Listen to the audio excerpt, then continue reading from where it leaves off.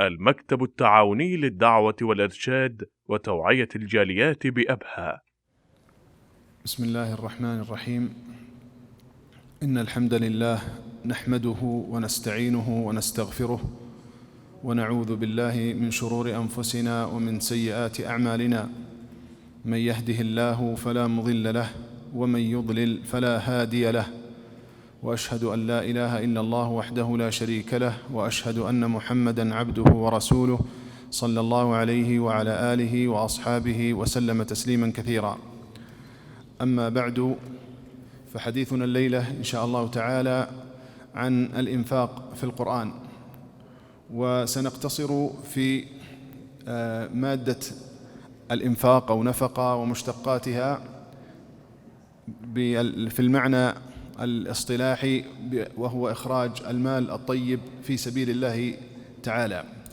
وإن كان لاشتقاقات هذه المادة معان أخرى في القرآن، لكننا سنقتصر في هذه الليلة على هذا المعنى، وهو الإنفاق في سبيل الله. الله جل وعلا يقول: إن الذين كفروا ينفقون أموالهم ليصدوا عن سبيل الله. فهذه مادة الإنفاق، لكنها لن تكون محل حديثنا الليلة. سنتحدث عن الإنفاق في سبيل الله وعن إخراج المال الطيب ابتغاء مرضات الله تبارك وتعالى.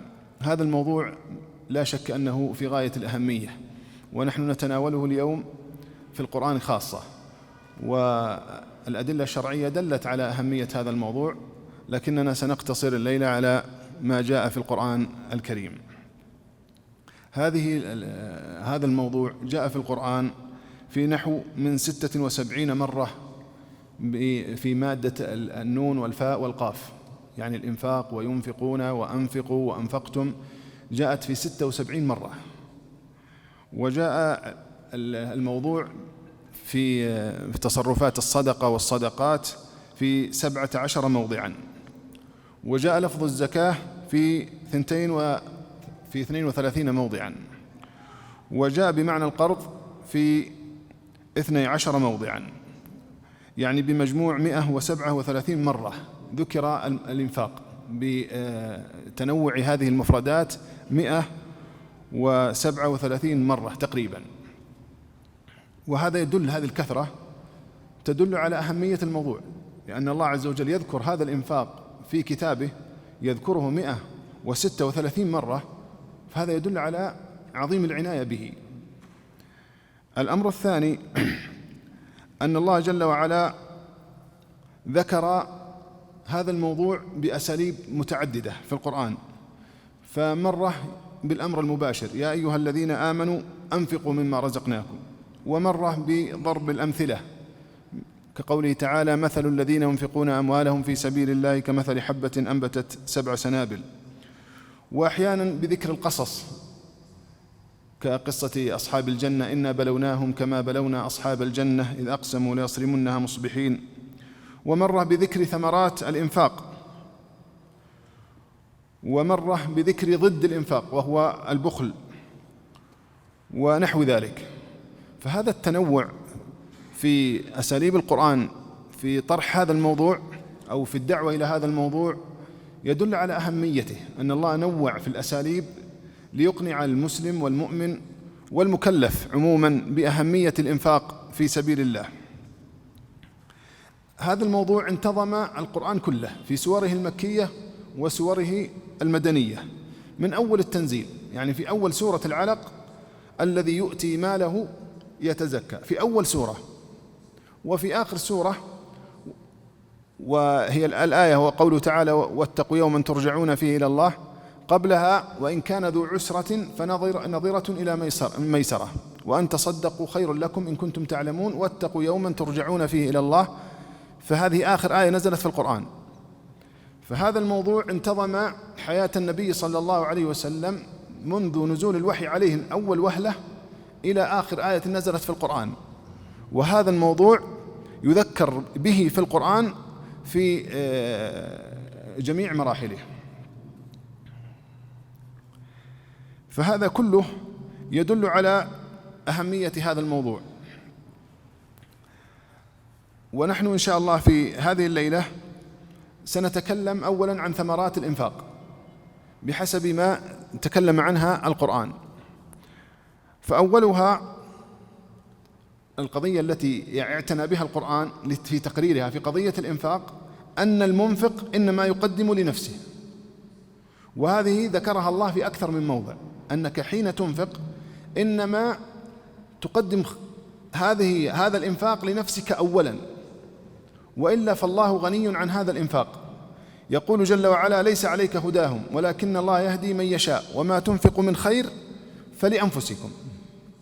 وقال جل وعلا: وما تقدموا لأنفسكم من خير تجدوه عند الله هو خيرا وأعظم أجرا، فقال: وما تقدموا لأنفسكم. وقال جل وعلا: فاتقوا الله ما استطعتم واسمعوا وأطيعوا وأنفقوا خيرا لأنفسكم. وقال جل وعلا: ها أنتم هؤلاء تدعون لتنفقوا في سبيل الله فمنكم من يبخل ومن يبخل فإنما يبخل عن نفسه والله الغني وأنتم الفقراء وإن تتولوا يستبدل قوما غيركم ثم لا يكونوا أمثالكم. ولعلك تنتبه لهذه الآية بالذات، يعني الله يقول: أنتم الفقراء فأنفقوا، يعني نحن فقراء، طيب والله يأمرنا بالإنفاق، معناه أننا في حاجة ماسة للإنفاق لأنفسنا نحن، وهذا ليس خاصا بالإنفاق، لكنه في كل وجوه الطاعة والعبادات، فنحن أحوج إليها أحوج إلى هذه الطاعات من أي شيء آخر. بل يقول ابن تيمية رحمه الله: إن نفس الإيمان بالله وعبادته ومحبته وإجلاله هو غذاء الإنسان وقوته وصلاحه وقوامه، كما عليه أهل الإيمان وكما دل عليه القرآن، لا كما يقول من يعتقد من أهل الكلام ونحوهم أن عبادته تكليف ومشقة، وأنها خلاف مقصود القلب لمجرد الامتحان والاختبار أو لأجل التعويض بالأجرة. هذا كلام في غاية النفاسة، مهم جدا، ونحتاج إلى إيقاظه في قلوبنا. كلام ابن تيمية هنا في الإنفاق وفي غيره. يقول رحمه الله: إن نفس الإيمان بالله وعبادته، ومنها عبادة الإنفاق وكل عبادة أخرى، الصلاة والزكاة والصوم والحج والبر والصلة والإنفاق والدعوة والأمر بالمعروف والنهي عن المنكر والذكر، كل عبادة من هذه العبادات شرعت من جهة الأصل لشدة افتقار الإنسان إليها، فأنت في حاجة شديدة لهذه العبادة أعظم من حاجتك لأي شيء آخر. بل قال رحمه الله في موضع آخر، ما أدري أنا نقلته هنا أو لا، لكن يقول في موضع آخر: وليس يشبه هذه الحاجة أمر آخر، يعني فاقتك إلى أن تطيع الله وأن تعبد الله وفقرك إلى ذلك لا يشبهه شيء آخر، لكنه يشبه بوجه من الوجوه حاجتك إلى الطعام والشراب.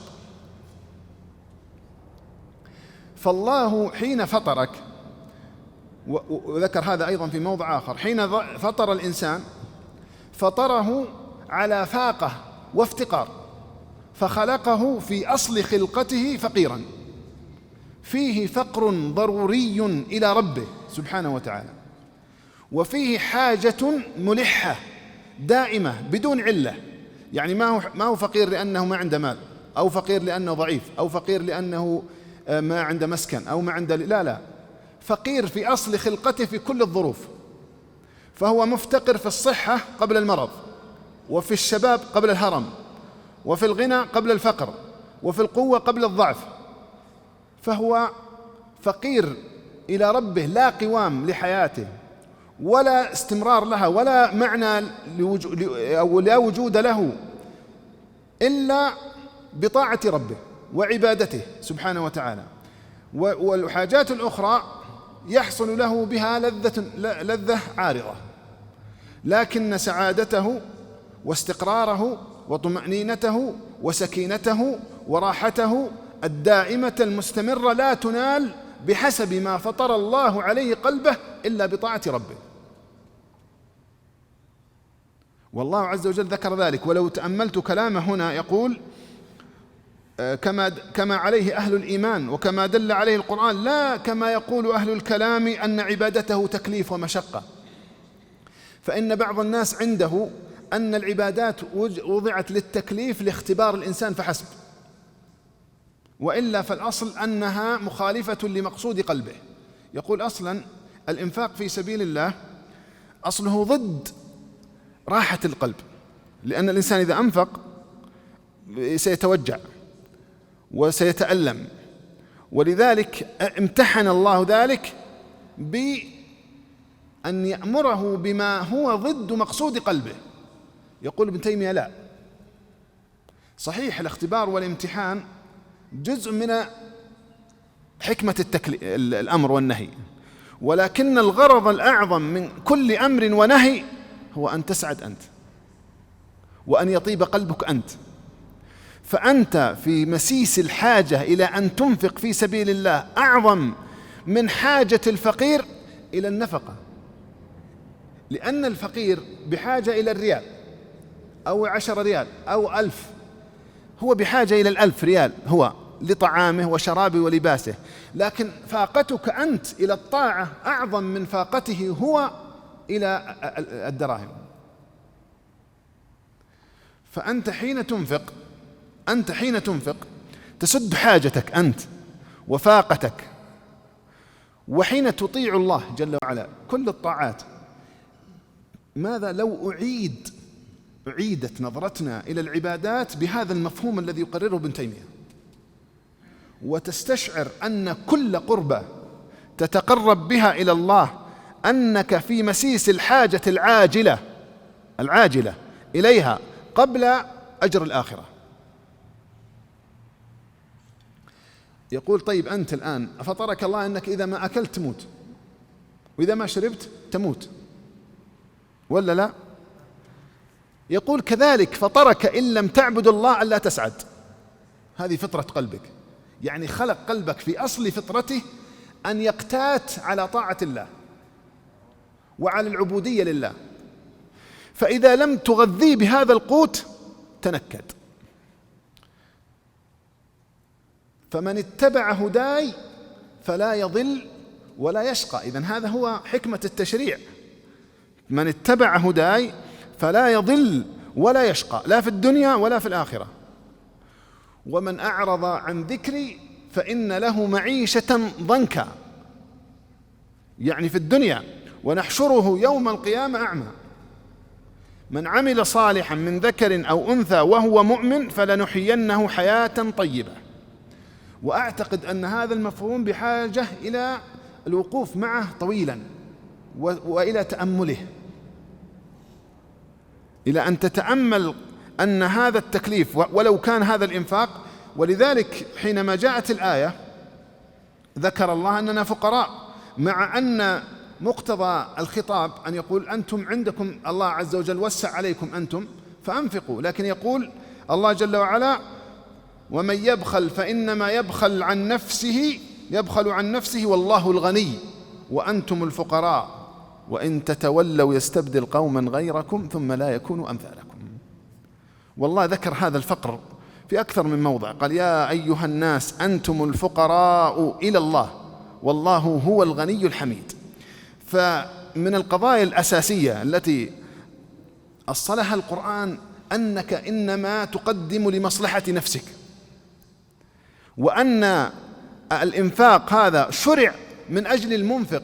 ولذلك أن كون الله غنيا سبحانه وتعالى يدل على عدم وصول هذه النفقات إليه سبحانه وتعالى، وهو يطعم ولا يطعم، وليس الإطعام فقط الأكل، لا، يعني يطعم من سائر ما يحتاجه الإنسان من قوت قلبه وروحه. وهو الصمد، قل هو الله أحد الله الصمد، والصمد من معانيها الغنى التام عن كل أحد، فما هو محتاج إلى نفقتك أصلا، وليس عبيده الآخرين محتاجين إلى هذه النفقة، فإن الله عز وجل تكفل بأرزاقهم، لكنه رحمة بك جل وعلا، رحمة بك أعلمك عن طريق الرسل وبوحيه أنك مفتقر إلى هذه النفقة. هذه قضية مهمة. القضية الثانية التي قررها القرآن فيما يتعلق بالإنفاق أن الإنفاق دليل على محبة العبد لربه. فمسألة الإنفاق شديدة الصلة بقضية العبودية. العبودية هي كمال الحب لله وكمال الذل له، ومن أجلها خلق الله السماوات والأرض، من أجلها شرع الله كل هذه الشرائع، ومن أجلها خلق الله الإنسان، خلقه ليحب الله. كل شيء حولك تراه من المخلوقات خلقه الله لهذا الغرض. ومن الحب البذل، من الحب البذل. فالمنفقون يحققون سر وجودهم في الحياة. ونحن قلنا إن العبد مفتقر إلى العبودية. طيب كيف أصنع؟ كيف أغذي قلبي وروحي؟ فصار الإنفاق هو عبودية، بل من أعلى مقامات العبودية. يقول الله جل وعلا: لن تنالوا البر حتى تنفقوا مما تحبون وما تنفقوا من شيء فإن الله به عليم. وقد يقول قائل الآن: عندي سؤال، أنت تقول إن أصل الإنفاق فيه راحة القلب، والله يقول هنا: لن تنالوا البر حتى تنفقوا مما تحبون. طيب الآن أنا أحب هذا المال، أحبه وسأنفقه، ومفارقة وإخراج، لأن الإنفاق مادة نفقة هي أصلها من خرج، يعني إخراج المال من اليد. فنفوذ المال وخروجه من اليد يوجع القلب، لأن القلب يحبه. والله يقول: لن تنالوا البر حتى تنفقوا مما تحبون. طيب أين أحصل؟ لأنك تحب المال لكنك تحب الله أكثر منه. فإذا وقعت عبودية الحب لله نالك من سرور القلب أعظم مما ينالك من سرور بقاء المال عندك. فهذا في العاجل. أنت الآن حين تذهب للمطعم وتشتري طعاما،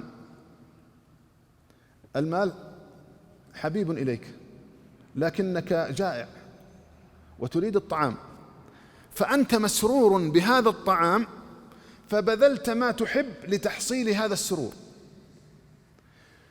فأنت حين تنفق هذا المال تحصل سرورا أعظم، تحصل السرور الأعظم.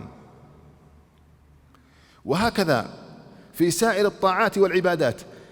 ولذلك ينبه ابن تيمية أنك لا تنظر إلى الثمرة التي بعد العمل، انظر أولا إلى ثمرة العمل في ذاته وحينه وآنه. لأن بعض الناس الآن كل شيء يقول: الله أنا أنفق إن شاء الله يخلف علي وسيأتي الخلف، يعوضني، يضاعف لي، يرد الله عني المصائب، وهكذا. ولا لا؟ أكثر ما يعني يدعى إلى الإنفاق بهذه الدعوات، وهذا أمر لا شك دلت عليه النصوص وسنأتي إليه. لكن أعظم ثمرات الإنفاق هو تحقيق هذا الغذاء لقوت القلب فورا بمجرد إنفاقك له.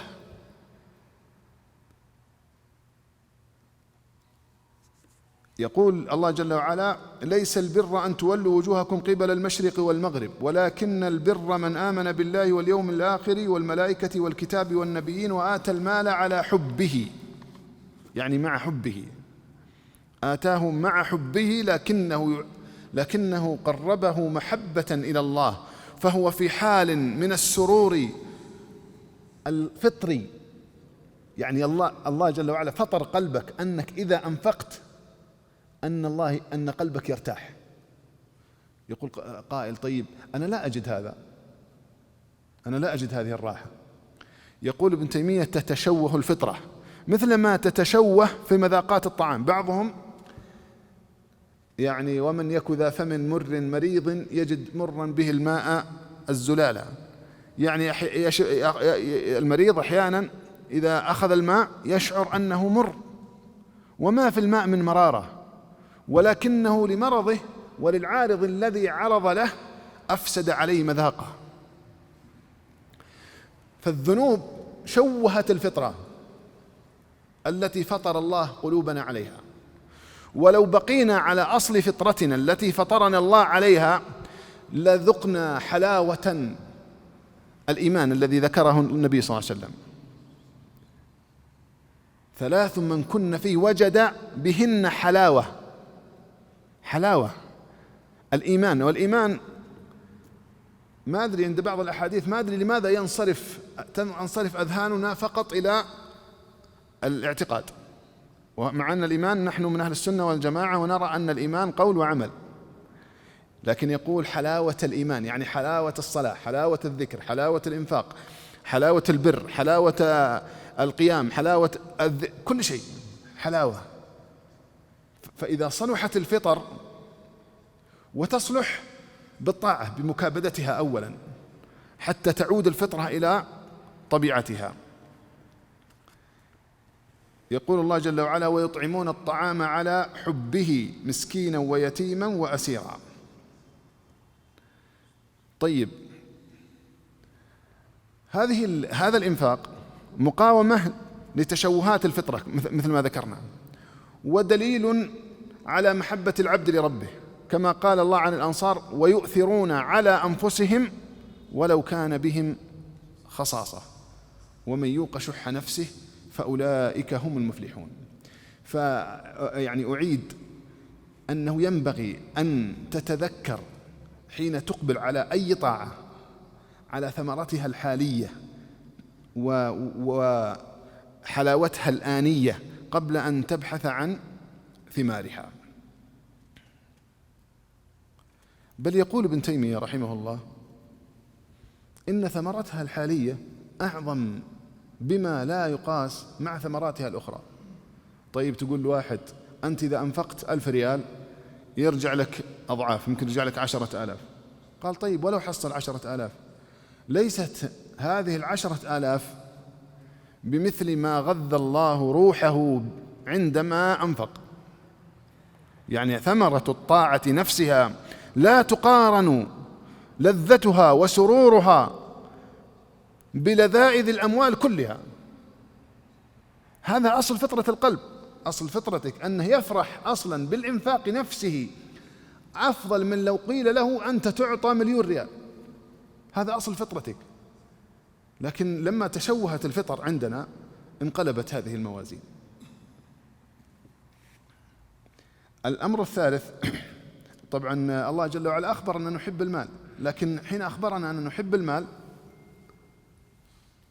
أخبرنا أن حبه ينبغي أن يكون أعظم من ذلك، كما قال: قل إن كان آباؤكم وأبناؤكم، ثم قال: وأموال اقترفتموها وتجارة تخشون كسادها أحب إليكم من الله ورسوله فتربصوا حتى يأتي الله بأمره والله لا يهدي القوم الفاسقين. فالفسوق، العصيان، الذنوب شلت هذا الفطرة السوية. ولذلك هو يقول: المؤمن دائما في حلاوة مستمرة لأنه في طاعة مستمرة وعلى الفطرة التي فطرها الله عليها. وهذا يا أخوان، وإن كان ليس موضوعنا الليلة، هذا هو أصل تعريف السعادة. دعك من كل قضية، ما لم يربط قضية الحديث عن السعادة عن هذا الأصل فلا سبيل إليها أصلا. هذه السعادة الحقيقية إعادة مفهوم العبادة وفاقتك إليها وحاجتك الماسة إليها. من القضايا الكبرى، إذا ذكرنا قضيتين،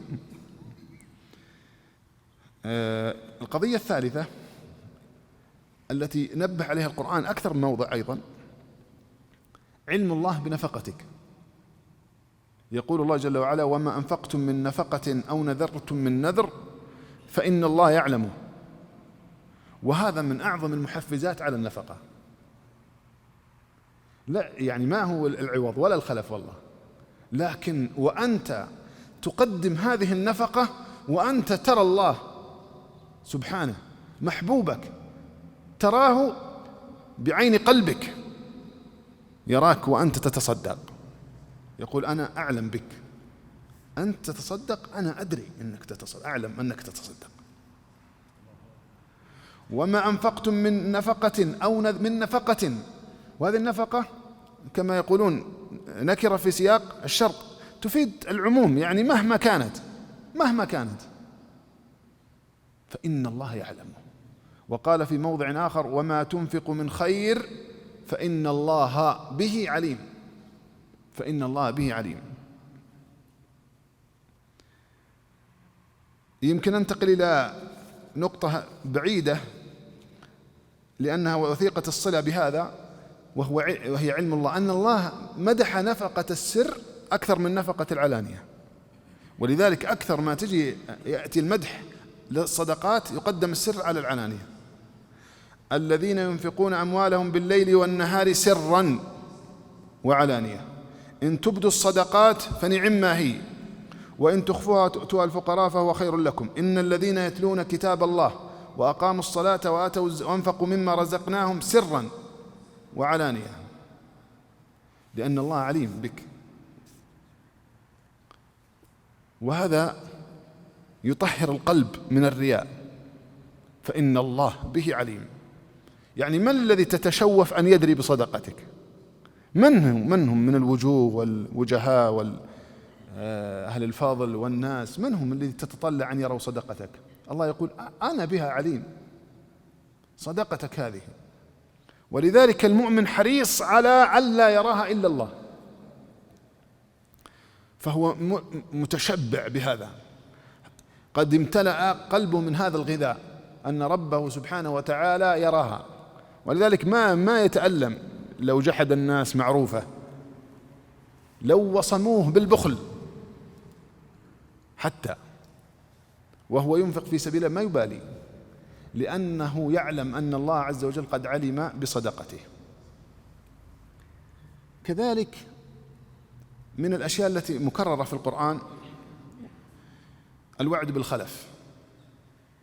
يقول سبحانه: وما أنفقتم من شيء فهو يخلفه وهو خير الرازقين. وودي نتوقف عند كلمة الخلف، لأن بعض الناس يظن أن الخلف هو لا بد أن يكون من جنس ما أنفقه أو بقدر ما أنفقه. والله أكرم من أن يعاملك بالمثل أو يعطيك نفس النقد، يصارفك بنفس النقد. أنت تتعامل مع من بيده خزائن السماوات والأرض، وتتعامل مع البر اللطيف الرحيم سبحانه. هتظن أنك إذا أنفقت أنت.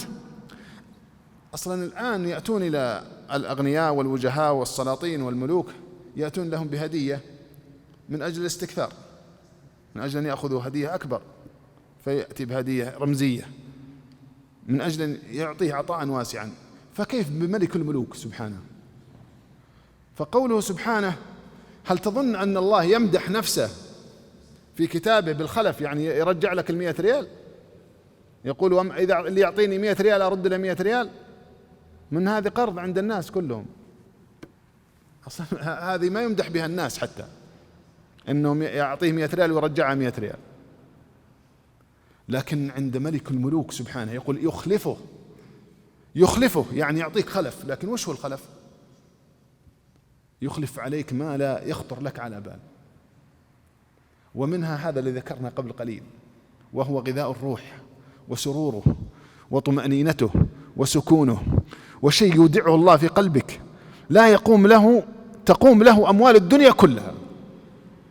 والله إن أهل الأموال كلها لو حاولوا أن يأخذوا هذا الذي أودعه الله في قلبك فيضعوه في قلوبهم ما اهتدوا إليه ولا طاقوا إليه سبيلا. فإذا وأنت تنفق اعرف معنى الخلف هذا من الله سبحانه. وما تنفقوا من خير يوفى إليكم وأنتم لا تظلمون. ولذلك قال بعد الآية التي قبلها قال: وهو خير الرازقين. وهو خير الرازقين، لأن الناس أصلا إنما يمنعهم من الإنفاق هو خوف النقص في هذه الأموال الحسية، فطمأنهم الله سبحانه وتعالى، مع أنه لو لم يعد لهم منها شيء فإنهم قد نالوا من الله عز وجل ما هو أعظم منها أضعاف، لكن مع ذلك طمأنهم الله عز وجل أن الله يعطيهم الخلف. ولذلك الملكان كما تعرفون في السنة: اللهم أعط منفقا خلفا. الثمرة التي بعدها وهي مكررة أيضا في مواضع كثيرة من القرآن: المضاعفة. يقول الله جل وعلا: من ذا الذي يقرض الله قرضا حسنا فيضاعفه له أضعافا كثيرة والله يقبض ويبسط وإليه ترجعون. فهذا قوله عز وجل فيضاعفه أضعافا كثيرة، يعني هذا الخلف المجمل في الآية التي قبلها تبين هذه الآيات أن الخلف أضعاف، ولم يذكر الله كم هي الأضعاف هذه لأنها لا حد لها ولا عد. فلذلك الله جل وعلا قال أضعافا كثيرة. ولك أن تتخيل أن الله العظيم سبحانه الذي يده سحاء الليل والنهار، الذي يداه مبسوطتان جل وعلا، الذي كما قال في الحديث القدسي أو قال كما قال النبي صلى الله عليه وسلم: أرأيتم ما أنفق منذ خلق السماوات والأرض فإنهم لم يغض ما في يمينه.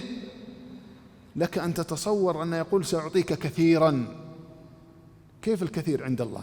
ليس في موازينك أنت. الله جل وعلا عبر عنه ووصفه بالكثير. فالله جل وعلا وعد المنفقين بذلك: من ذا الذي يقرض الله قرضا حسنا فيضاعفه له وله أجر كريم. يعني الواو جاءت العطف، والعطف يقتضي المباينة، يعني المضاعفة شيء والأجر الكريم شيء آخر. فله مع المضاعفة الأضعاف الكثيرة المتعددة له مع ذلك الأجر الكريم. وقال سبحانه: إن المصدقين والمصدقات وأقرضوا الله قرضا حسنا يضاعف لهم. وقال سبحانه: مثل الذين ينفقون أموالهم في سبيل الله كمثل حبة أنبتت 7 سنابل في كل سنبلة 100 حبة والله يضاعف لمن يشاء والله واسع عليم. يعني يضاعف هذه الصدقة، يضاعفها إلى أضعاف كثيرة تبارك وتعالى. وقال سبحانه: ومثل الذين ينفقون أموالهم ابتغاء مرضات الله وتثبيتا من أنفسهم كمثل جنة بربوة أصابها وابل فآتت أكلها ضعفين فإن لم يصبها وابل فطل والله بما تعملون بصير. يعني يضرب الله الأمثال، ينوع من رحمته سبحانه. انظر الأساليب التي جاءت مع غناه سبحانه، كيف لطف بنا. يقول: اقرضوني، من ذا الذي يقرض الله قرضا حسنا فيضاعفه له أضعافا كثيرة. ويأتي بالأمثلة في السنبلة التي يراها الإنسان حبة في الأرض وتنبت 7 سنابل. وهذا المثال لتقريب المجرد في المعاني المحسوسة، وإلا فالحقائق ليس لها مثيل. يقول مثله: مثل الذين ينفقون في سبيل الله كمثل حبة أنبتت 7 سنابل. لكن بعدها قال: والله يضاعف لمن يشاء والله واسع عليم سبحانه وتعالى. فهذا مثال محسوس في الأشياء المحسوسة. فما أحسن التجارة مع الله، يرجون تجارة لن تبور، كما أخبر في الآية السابقة: وأنفقوا مما رزقناهم سرا وعلانية يرجون تجارة لن تبور. هل أدلكم على تجارة الأرباح، الربح المضاعف، الأضعاف الكثيرة التي لا تكسد، يعني تجارة ما فيها كساد أبدا، ما يتعرض الأسواق من الكساد، لا، هذا كله في المضاعفة.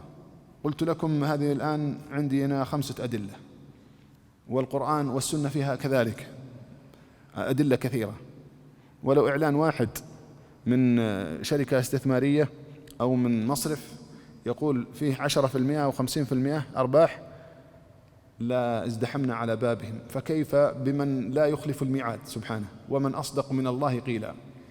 يخبر مرات كثيرة أنه يضاعف سبحانه وتعالى، يضاعف أضعافا كثيرة، يضاعف من ثمرات الصدقة في قوت القلب، ويضاعفها أيضا في بركة المال والرزق. كذلك من ثمرات الإنفاق أيها الإخوة التي نبه عليها القرآن كثيرا، قال سبحانه: إن تقرضوا الله قرضا حسنا يضاعفه لكم ويغفر لكم والله شكور حليم.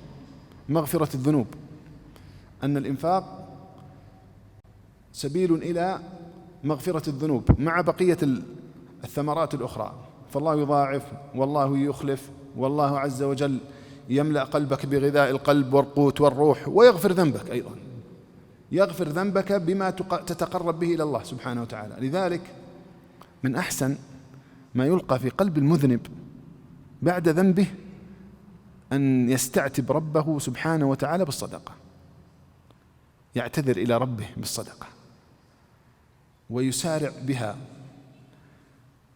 فإنها تطفئ غضب الرب جل وعلا، لأنها من علامات الحب كما ذكرنا، فهي تدل على أن العبد لا زال على عهد الحب لربه، يقول: والله أنا أخفقت يا رب بهذه الخطيئة في الجارحة البصر ولا السمع لكني على عهد الحب، وهذا دليله، فينفق. يقول الله جل وعلا: يا أيها الذين آمنوا أنفقوا من طيبات ما كسبتم ومما أخرجنا لكم من الأرض ولا تيمموا الخبيث منه تنفقون ولستم بآخذيه إلا أن تغمضوا فيه واعلموا أن الله غني حميد. الشيطان يعدكم الفقر ويأمركم بالفحشاء والله يعدكم مغفرة منه وفضلا والله واسع عليم. والله يعدكم مغفرة منه وفضلا، فأخبر جل وعلا أنه يكفر السيئات. قال سبحانه: وأنفقوا في سبيل الله ولا نعم، هذه في النقطة التي بعدها. لكن هذه النصوص أيها الإخوة تدل على ثمرة عظيمة والله من ثمرات مغفرة الذنوب. قال: يغفر لكم، وحذف المعمول هنا يدل أيضا على العموم، فربما صدقة بسيطة لكن حضر معها قلب صادق يريد ما عند الله والدار الآخرة. يعني واحد مثلا شاب ابتلاه الله عز وجل بمعصية كما يبتلى الشباب في سنهم وشهوتهم، فنظر إلى ما حرم الله، ما عنده شيء، فقير هو، ما عنده إلا ريال، فتصدق به. ليس ببعيد عن الله جل وعلا أن يغفر له كل ذنوبه بهذا الريال، لأن الله جل وعلا قال: ويغفر لكم. طيب يغفر لنا ماذا؟ محذوف في المعمول يدل على العموم، أن الله يغفر كل الذنوب. فرب نفقة صغيرة يحضر معها صدق القلب والتوجه إلى الله سبحانه وتعالى يزيل الله بها ذنبك كله. يقول الله عز وجل، وهذه الثمرة السابعة: وأنفقوا في سبيل الله ولا تلقوا بأيديكم إلى التهلكة وأحسنوا إن الله يحب المحسنين. إن الله يحب المحسنين، فالنفقة من أسباب تحصيل محبة الله لك. ولذلك يقول السلف رحمهم الله: ليس الشأن أن تحب الله، لكن الشأن أن يحبك الله. محبة الله هي فطرة أصلا في القلب، وهو محسن إليك، وأنت يقع في قلبك المحبة لله، لكن الشأن الحقيقي هو أن يحبك الله. وطريقة أن يحبك الله بسلوك طريق الأنبياء، كما قال الله: قل إن كنتم تحبون الله فإنه يحبكم لأنكم تحبونه. لا، قل إن كنتم تحبون الله فاتبعوني يحببكم الله. فأرسل الرسل عليهم الصلاة والسلام ليدلون على طريق محبته، ومن هذه الطرق الإنفاق. فقال: وأنفقوا وأحسنوا إن الله يحب المحسنين. قال: وأنفقوا في سبيل الله ولا تلقوا بأيديكم إلى التهلكة وأحسنوا إن الله يحب المحسنين. وقال: الذين ينفقون في السراء والضراء والكاظمين الغيظ والعافين عن الناس والله يحب المحسنين.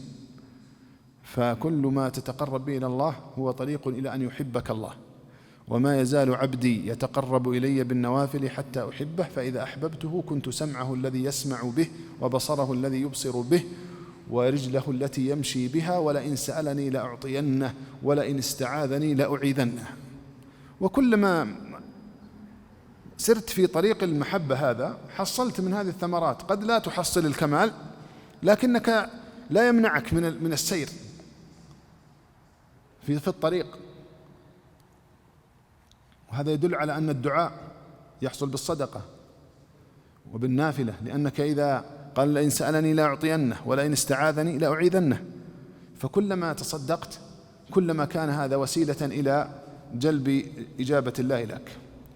أن الله عز وجل من ثمرات الإنفاق أن الله أثبت للمنفقين الإيمان، فقال سبحان الذين يقيمون الصلاة ومما رزقناهم ينفقون أولئك هم المؤمنون حقا لهم درجات عند ربهم ومغفرة ورزق كريم. فأخبر أن من علامات الإيمان، بل حقيقة الإيمان، تتحقق في المنفقين الذين ينفقون في السراء والضراء وينفقون في السر والعلانية. كذلك من أعظم ثمرات الصدقة تطهير النفوس وتزكيتها. يقول الله جل وعلا خذ من أموالهم صدقة تطهرهم بها. وهذه الآية جاءت في سياق التائبين من النفاق والذين اعتذروا للنبي صلى الله عليه وسلم من نفاقهم، فجاء بعدها يقول العلماء خذ من هؤلاء الذين تخلفوا ونالهم شعبة من النفاق، خذ منهم صدقة تطهرهم. فإذا كانت الصدقة تطهر من قدر النفاق فكيف ما هو دونه؟ خذ من أموالهم صدقة تطهرهم وتزكيهم بها وصل عليهم إن صلاتك سكن لهم والله سميع عليم. فتطهير القلوب، يطهر الله الإنسان بهذه الصدقة، يطهر الله قلبه من أدواء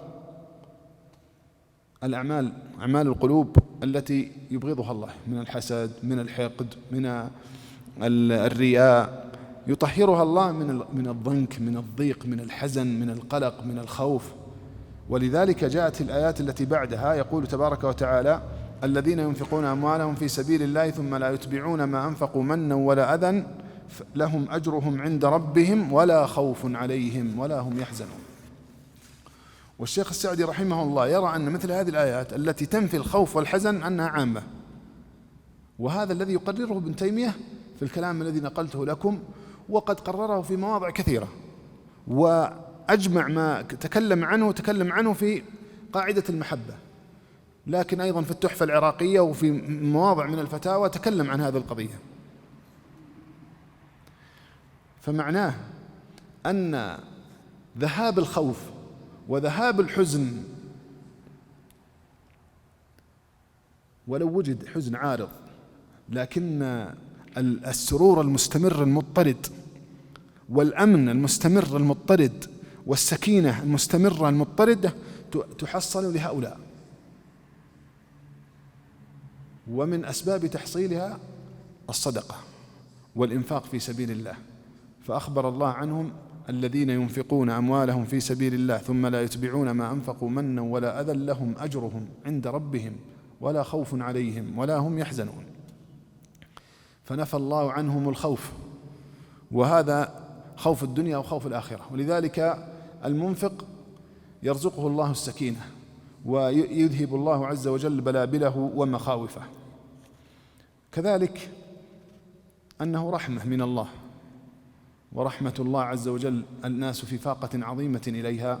فقال سبحانه ومن الأعراب من يؤمن بالله واليوم الآخر ويتخذ ما ينفق قربات عند الله وصلوات الرسول ألا إنها قربة لهم سيدخلهم الله في رحمته.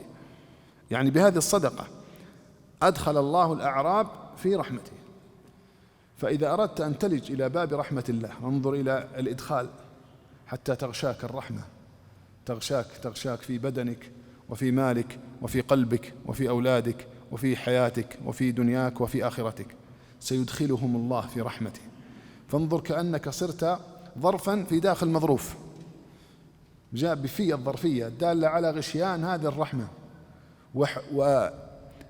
وانغماس العبد فيها بالصدقة،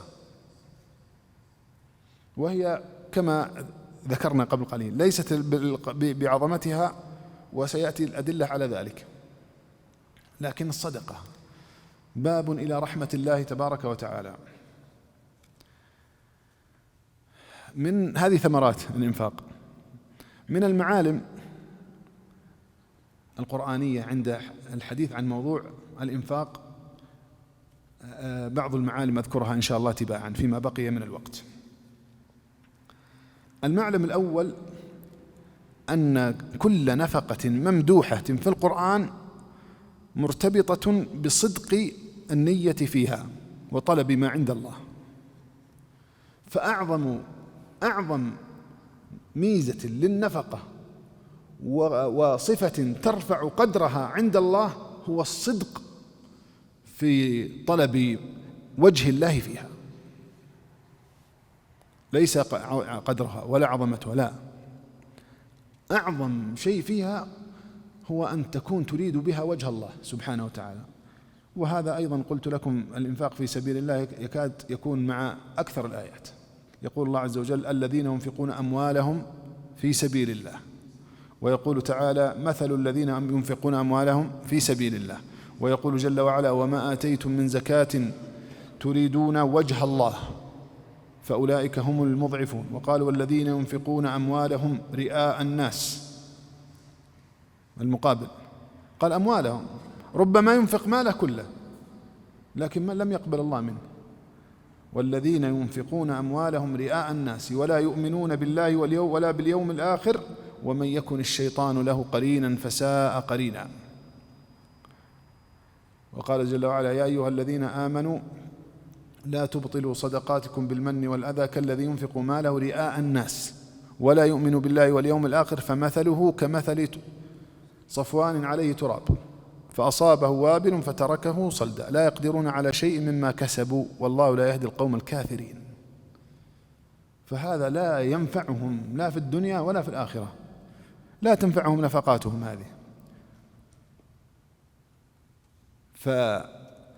فتحرير قضية الإنفاق ربطها بالعبودية.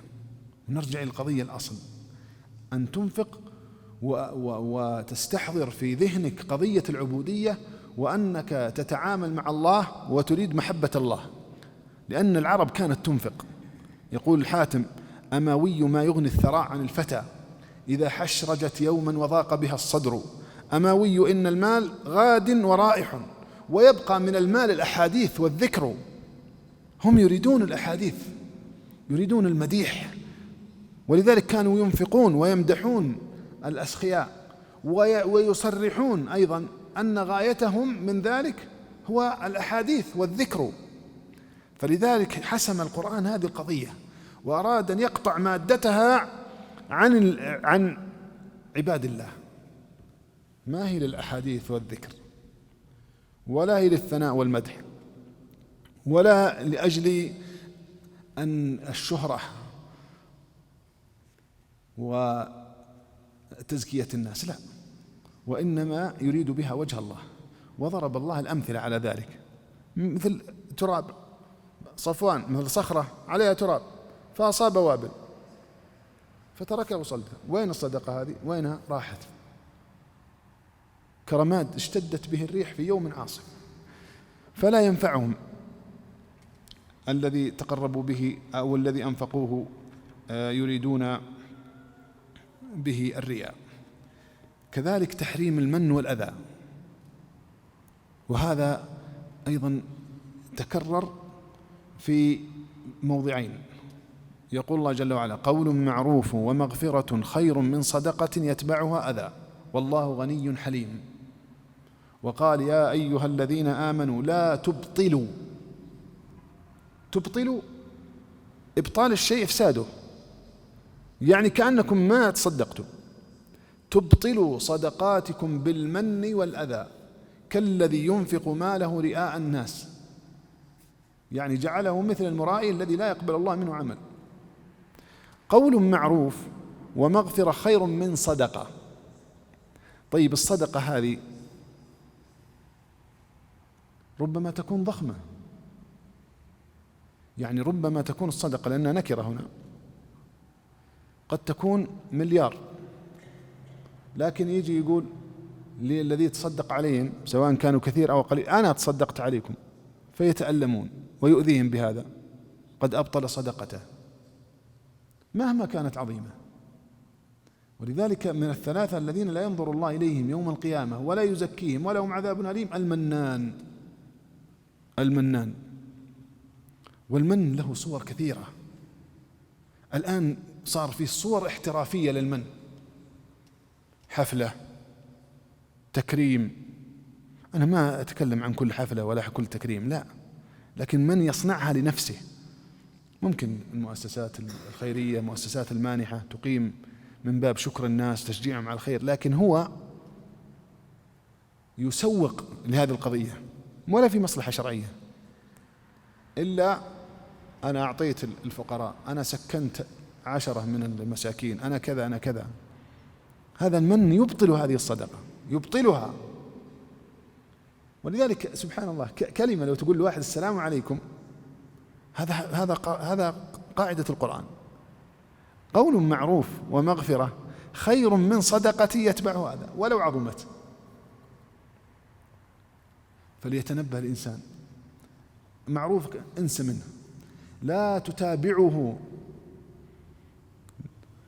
فيفسد ويذهب أجره.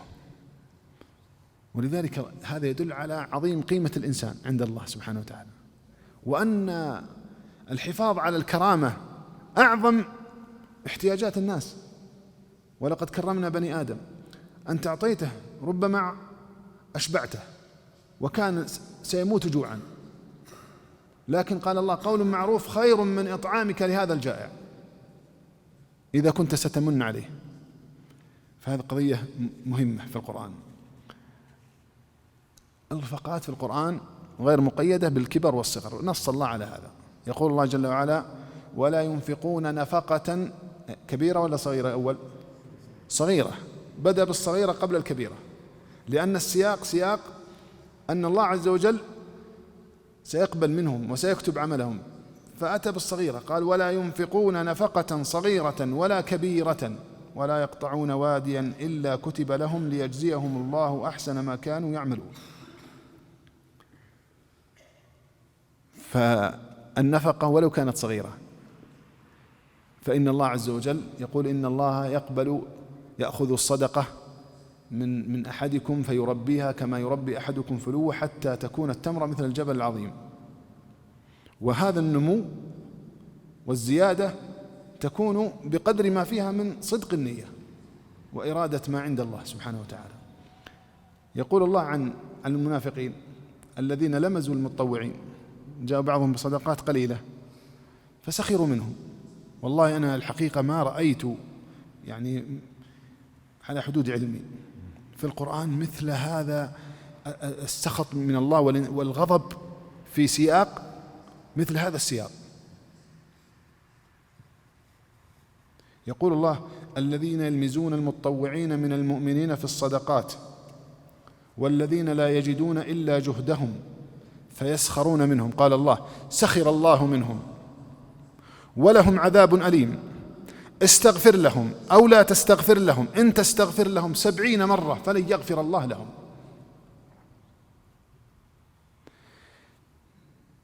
هذا يدل على عظيم قدر هؤلاء الذين أتوا بصدقات قليلة. في بعض الأحاديث أن رجلا جاء بملء كفه صدقة، فقال هؤلاء المنافقون قالوا ما تغني هذه عن رسول الله، هذه وش تسوي به؟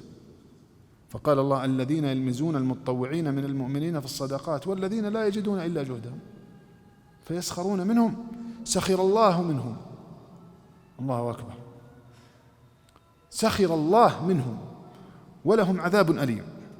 ثم قال استغفر لهم أو لا تستغفر لهم إن تستغفر لهم 70 مرة. الرسول عليه الصلاة والسلام. تصور يستغفر لإنسان 70 مرة ويقول الله لن أغفر له، لو تستغفر له 70 مرة.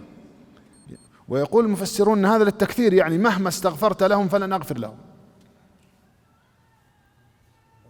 هذا يدل على أولا عظيم قدر هؤلاء عند الله سبحانه وتعالى، مع أن نفقتهم صغيرة، وجدوا جهدهم وأتوا به.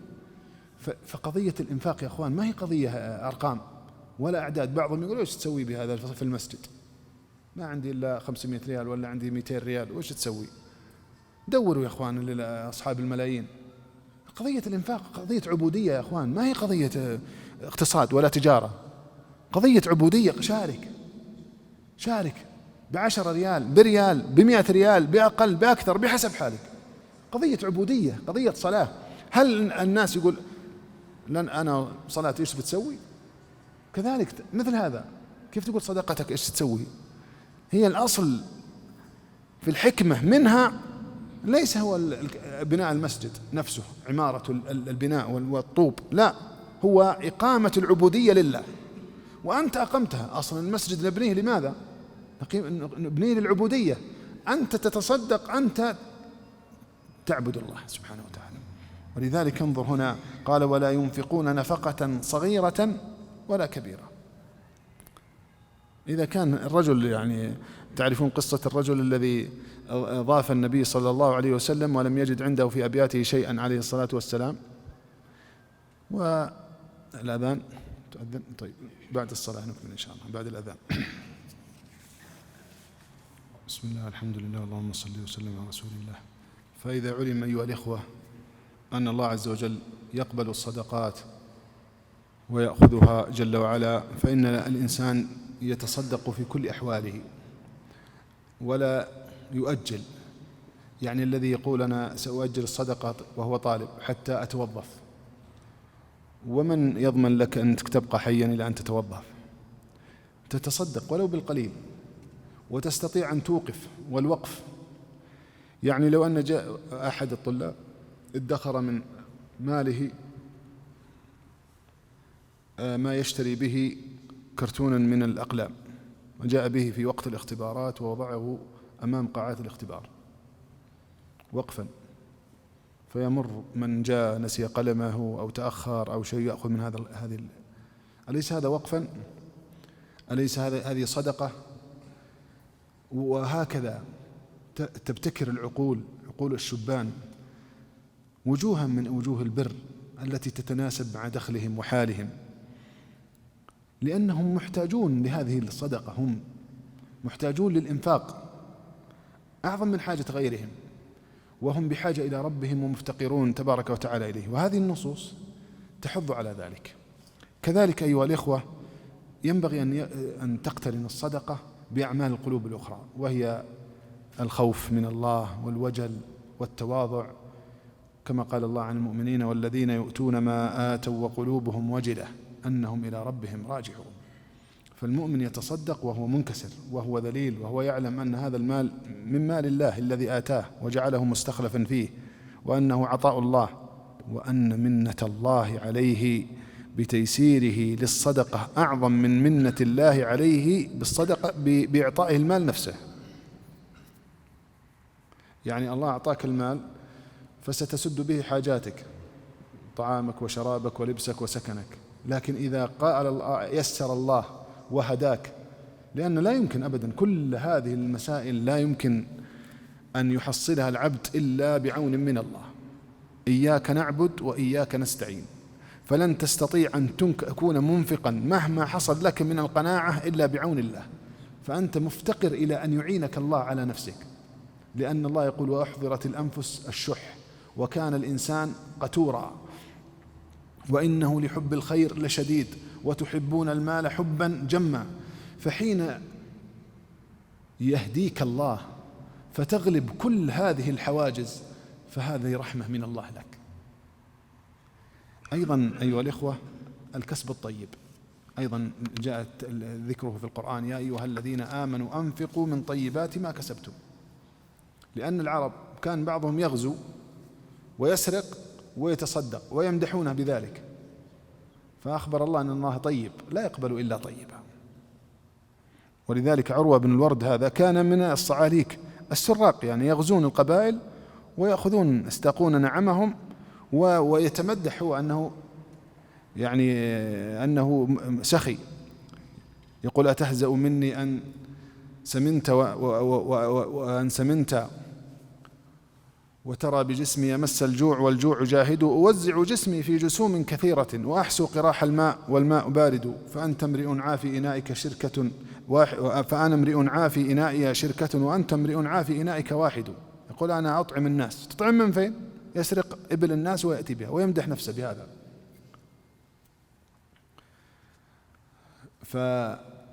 فأخبر الله أن الله لا يقبل إلا الطيب، فقال سبحانه: يا أيها الذين آمنوا أنفقوا من طيبات ما كسبتم ومما أخرجنا لكم من الأرض. أيضا من القضايا التي ذكرها الله في القرآن في أكثر من موضع المبادرة، المسارعة إلى الإنفاق. فمرة يأمرنا الله بالمسارعة قبل اليوم الآخر، فيقول الله جل وعلا: يا أيها الذين آمنوا أنفقوا مما رزقناكم من قبل أن يأتي يوم لا بيع فيه ولا خلة ولا شفاعة والكافرون هم الظالمون. ومرة يأمرنا بالمبادرة قبل الموت: وأنفقوا مما رزقناكم من قبل أن يأتي أحدكم الموت. ومرة يقول الله جل وعلا: وآتوا حقه يوم حصاده. وهذا في الزروع والثمار، لكن فيه معنى المبادرة، يعني يوم حصاده، المبادرة. اليوم اللي رزقك الله فيه الخير قل إن شاء الله أن يتصدق إن شاء الله. يجاء اليوم الثاني إلا هو أشد شحا من اليوم الأول، اليوم الثالث أشد، مثل ما قال النبي صلى الله عليه وسلم عن الممسك: مثل الذي عليه جبة من حديد، كلما أراد يتحرك شدت عليه أكثر. فالمسارعة، المبادرة قبل الموت الذي لا تدري متى هو. كم من إنسان فعلا فكر أنه يوقف وقف، لكن أجل، سوف، أخر. إن شاء الله أن عمارتي اللي في المكان الفلاني إن أحطها وقف إن شاء الله، وإن شاء الله، وتسويف وتسويف وتسويف، ويأتي الموت ويستل من هذه الدنيا ويأتي إلى الله فقيرا. إذا لم تفعل الآن لن تفعل غدا. الآن لما نزل قول الله عز وجل: من ذا الذي يقرض الله قرضا حسنا، جاء أبو طلحة إلى النبي صلى الله عليه وسلم قال: يا رسول الله، أو إن الله يريد منا القرض؟ أول ما نزلت الآية قال: نعم. قال: أشهدك أن بيرحاء في سبيل الله أريد برها وذخرها عند الله. فقال النبي صلى الله عليه وسلم: بخن ذاك مال رابح. بسرعة، أنت تأثرت اليوم إذا خف التأثير وجاء غدا كيف تستطيع وأنت اليوم ما فعلت؟ فالمبادرة، يقول الله: وما لكم ألا تنفقوا في سبيل الله ولله ميراث السماوات والأرض لا يستوي منكم من أنفق من قبل الفتح وقاتل أولئك أعظم درجة من الذين أنفقوا من بعد وقاتلوا. شفت الزمن كيف أثر؟ ولذلك يقول بعض السلف: إذا نويت بصدقة في ليل فلا تؤخرها إلى النهار، فيربيها الله لك من هذا الليل إلى النهار الغد، قد تكون مثل الجبل، يفوتك جبل فقط من التأخير إلى بكرة. فالمبادرة والمسارعة، مسابقة الموت، مسابقة الآخرة، مسابقة الفقر وغناك قبل فقرك. أنت اليوم تطيق، غدا ما تستطيع. أسأل الله تبارك وتعالى أن يجعلنا وإياكم من المنفقين. نسأل الله بأسمائه الحسنى أن يعيننا على ذلك وأن يرزقنا التوفيق لذلك، فإنه لا يوفق لذلك إلا هو. نسأل الله أن يملأ قلوبنا ثقة به وتوكلا عليه، وأن يجعلنا ممن أحبهم فيسر لهم الإنفاق والصدقة وقبلها منهم، إنه جواد كريم. أسأل الله أن يجعل هذا المجلس في ميزان حسناتي وحسناتكم، وأن يتقبله مني ومنكم، وأن يجعله من الأعمال الصالحة المقبولة عنده، إنه جواد كريم. شكر الله لكم أيها الإخوة حضوركم، وأسأل الله أن يجمعنا وإياكم في مناسبات طيبة أخرى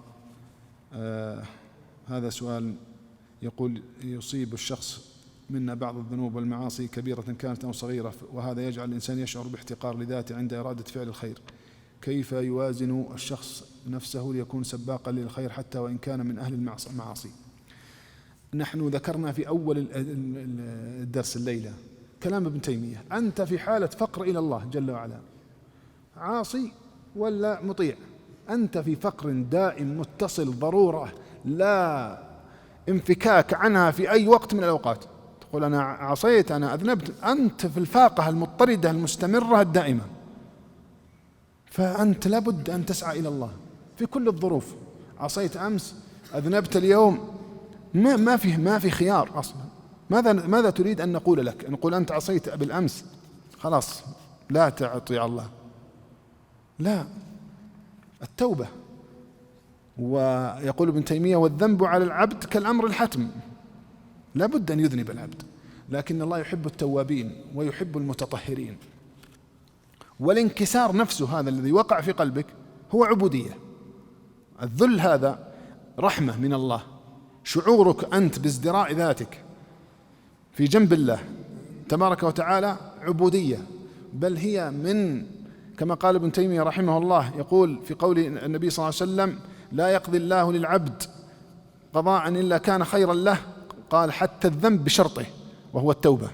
فالذنب نفسه إذا حصل لك هذا الذل يصير خيرا لك، بل ربما أهدى الله لك الذنب ليكسر شعورا بالعجب في قلبك، حتى ربما يأتيك هذا الذنب بعد تتابع طاعات، صيام ولا صدقات ولا عبادة ولا قيام ليل، ثم تجد نفسك قد زلت بك القدم، لأنه قد سرى في داخلك شيء أراد الله أن يعافيك منه، وهو أن يكسرك بالذنب ويعيد لك هذا الخضوع والذل، لأن العبودية كلها كمال الحب لله وكمال الخضوع والذل له.